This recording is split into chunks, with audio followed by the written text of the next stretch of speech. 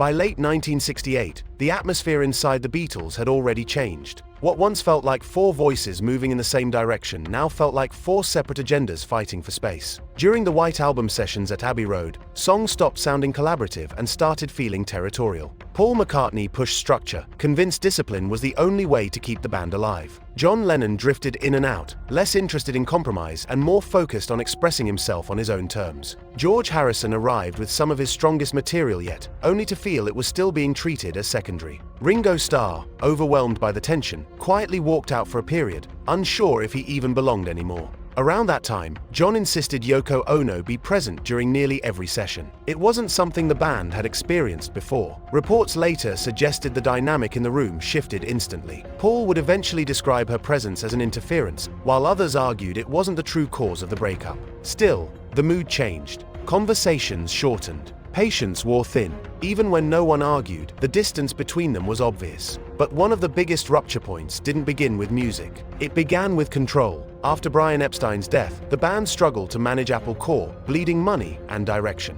When it came time to choose a new manager, Paul pushed for Lee and John Eastman, believing family ties would protect the band's future. John, George, and Ringo saw it differently. They backed Allen Klein, a sharp New York operator with a reputation for aggressive deal-making. The disagreement turned personal. Paul warned Klein couldn't be trusted. The others felt Paul was trying to take over. By May 1969, 3 Beatles signed with Klein. Paul refused. From that point on, they weren't just bandmates. They were opposing sides. During the Get Back sessions, the cameras captured what words no longer could. Paul tried to hold rehearsals together while the others disengaged. George finally snapped, telling Paul he'd play whatever he wanted him to play, or not play at all. It wasn't sarcasm, it was resignation. The rooftop concert felt triumphant to the public, but inside the band, it felt like a farewell disguised as a performance. Privately, John told the others in September 1969 that he wanted out. The decision stayed quiet for months, buried under business negotiations and denial. When Paul announced his departure publicly in April 1970,